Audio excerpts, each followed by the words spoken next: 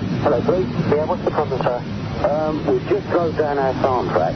Yeah. Go and feed our pheasants. We come across a Range Rover with 3 people in it. Yeah. It appears that they're dead.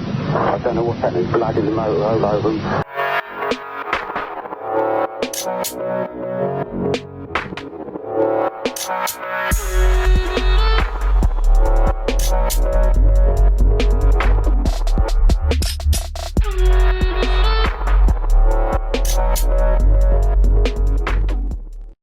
And welcome back to a new video on the Essex Boys case. As always, if you are enjoying the content, please do give the video a thumbs up.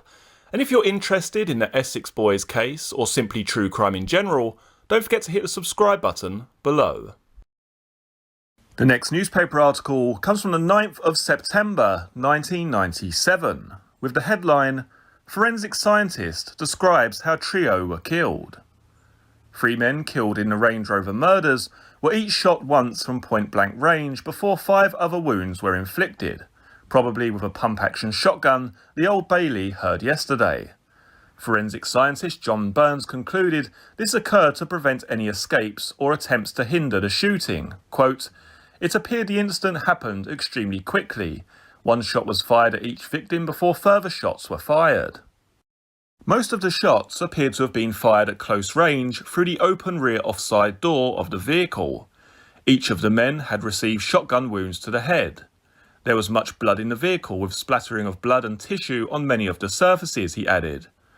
Mr. Burns' estimate of the range was within 2 feet or so of a damaged headrest, and added it was consistent with the same shot having caused injury to the neck or head. Tate, slumped in the back seat, had a superficial wound caused to the back of the head, resulting in damage to the scalp, and there was a large shotgun entry wound just behind the left ear. He also had an entry wound to the left side of the chest. Front seat passenger Tucker had an entry wound to the back of the head, about the level of the ears, and 2 wounds to the side of the face. The driver Rolfe had an entry wound behind the top of the right ear, and an entry wound at the side of the right neck. The next newspaper article comes from the 10th of September 1997, with the headline, Jail Meeting Led to Drug Gang Shooting. A chance meeting in a Suffolk jail was to lead to the deaths of 3 drug barons who were found shot dead inside a Range Rover, a court heard yesterday. An Old Bailey jury was told that Michael Steele, 54, one of the men accused of the killings, was serving time inside Hollesley Bay Prison back in 1993. It was there he bumped into his old friend Pat Tate, who was found dead on December the 7th, 1995, along with Tony Tucker, 38, of High Road Fobbing, and Craig Rolfe, 26, of Calshot Avenue, Chafford 100. Darren Nichols, the alleged getaway driver for the killings, also shared a wing with the 2 men and had got to know them both. He told the triple murder trial, Tate and Steele were in each other's company most of the time. When he heard Tate was coming, Steele was definitely pleased. Nichols made the claims during his first day giving evidence. He is expected to be in the dock for nearly 2 weeks. Nichols claims Steele of St Mary's Road, Great Bentley, and Womes 36 of Main Road, Brockford, Suffolk, killed Mr Tate, Mr Tucker and Mr Rolfe after a cannabis deal went wrong. He said they lured the friends to remote Workhouse Lane in Rettendon with the promise of a lucrative cocaine deal, then shot them at point-blank range. The 2 men deny 3 charges of murder. Nichols told the court about 4 trips he made to Amsterdam to buy cannabis, including an occasion when the drugs proved to be dud. He said that this was the deal that Tate and Steele fell out over, as Tate, 37, of Gordon Road, Basildon, had invested £70,000. He said it was also the deal that had led to Tate's death. The case continues. The following newspaper article comes from the 11th of September 1997, with the headline, Grass Tells of Shootings. One of the 2 men accused of the execution of 3 drug dealers laughed as he recounted the shootings that Old Bailey heard yesterday. Supergrass witness Darren Nichols, a self-confessed drugs dealer, told of the chilling moments when he picked up Jack Womes and Michael Steele from the murder scene, a lonely farm track at Rettendon near Chelmsford. Womes allegedly told how his partner's gun had fallen apart. Mr Nichols said, Jack had laughed after he had said it. He said he drove Wholmes to the scene, believing that a drug deal meeting was to take place. When he returned to the remote lane, Wholmes got into the back of the car and Steele got into the front passenger seat. Quote, "When the front door opened and the light came on, I saw Jack's hands. He was wearing surgical type gloves. They were covered in speckles of something which I could see was red." From the way Steele spoke, he suddenly realised what was going on. Quote, "I took it someone had been killed." Mr. Nichols said, "Mick started to hand guns over to Jack in the back. I could see bits of barrels pass over. They were quite short." Quote, "Mick asked me several times if I was okay. I did not feel okay." He added, "I did say to one of them, I hope I never fall out with you. I just said it as a comment. I think Mick said, you're not like those, it wouldn't happen to you." Steele allegedly told him that Wholmes was a cold-hearted bastard who had pointed his gun into the victim's Range Rover and put shots into all three immediately. Nichols added that Steele said after they were dead, Jack reloaded and one at a time shot them in the back of the head without any emotion. Steele, 54 of Great Bentley and Wholmes, 35 of Brockford, Suffolk, deny murdering Patrick Tate, Anthony Tucker and Craig Rolfe, all from Essex, in December 1995. The next newspaper article comes from the 12th of September 1997 with the headline, "I did illicit deals with corrupt cop. Supergrass admits to scams as barrister questions his evidence." A Supergrass at the centre of a triple murder trial has sensationally admitted illicit deals with a corrupt Essex police officer. Darren Nichols, who claims he drove the getaway car after the killings, also told the court he would have done anything to see the two men he is accused of the executions arrested. Nichols was clearly uncomfortable and often angry as he was cross-examined in the Old Bailey dock. He admitted being an informer for the corrupt officer who has been referred to as Detective Constable A in court. But Steele's defence, Graham Parkins QC, told him, "You were involved in illegal activities with him, and you profited from what that officer did, and what he allowed you to do." Nichols got to know the policeman only weeks after the shootings, and Mr. Parkins claimed that both Nichols and the corrupt officer plotted to board a North Sea ferry and steal £150,000 being taken abroad to buy drugs. They then planned to make amphetamine, then use it to set up two men who had displeased Nichols. It was also revealed in court that the officer arranged for Nichols to sell drugs to customers and then pass on their names and details so he could arrest them and win promotion. Nichols told the senior officer about 60 kilos of dud cannabis which he had dumped in a gravel pit and then blamed two innocent men for putting it there. The officer let Nichols receive a £400 reward for his public spiritedness and they bought drinks together to celebrate. Nichols claimed he only became involved with the officer in a bid to get back at the two men he claims killed Tate, Tucker and Rolfe after they had fallen out over a cannabis deal. Quote, "There was no limit to what I would do to try and get him to arrest Wholmes and Steele," he admitted. But Mr. Parkins rejected his claim. "Despite what you and that officer were up to, you never once told him, even when raised the question of Rettendon, that you claimed to know who had committed these murders." Nichols admitted he hadn't. When questioned about Officer A by other police, Nichols claimed he was just an informer.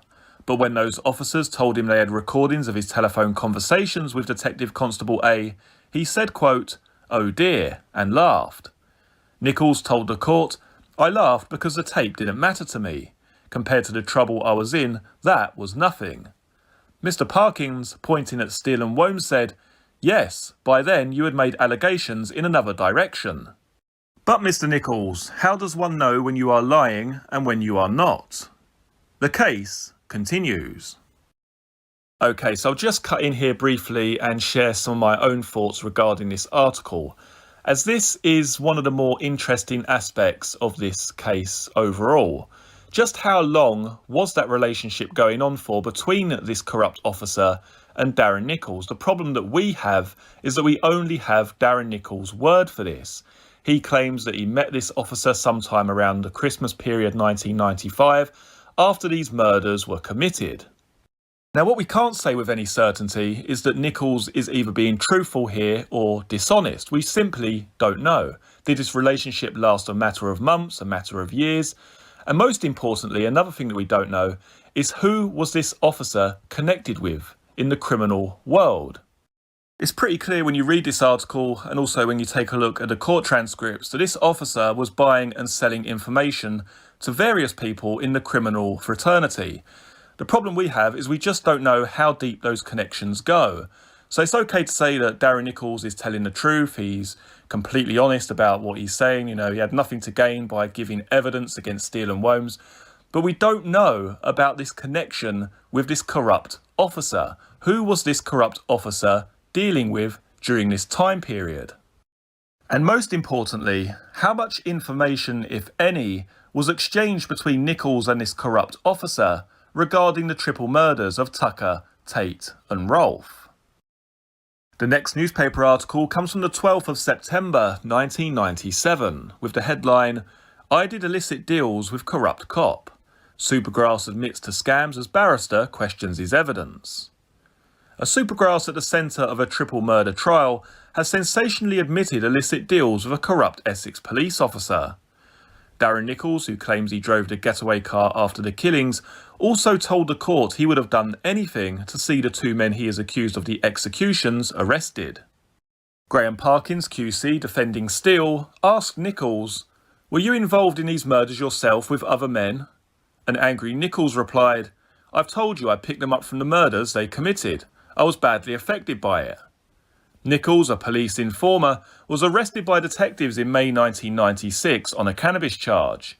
During interviews with officers, he claimed Wholmes and Steele had carried out the Rettendon murders and the pair were eventually charged. Mr. Parkins responded, "You told those officers you didn't really want anything to do with Mr. Steele after the killings.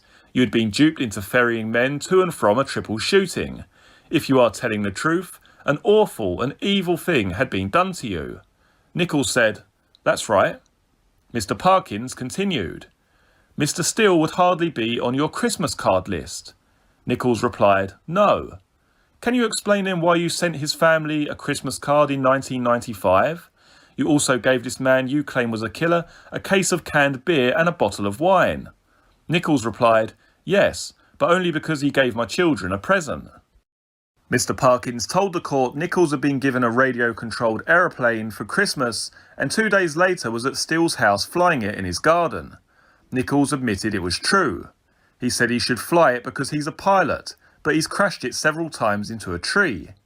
Mr. Parkins added, "Isn't it true you then took your little girls to the house of this triple killer so you could watch the rabbits run in the garden?"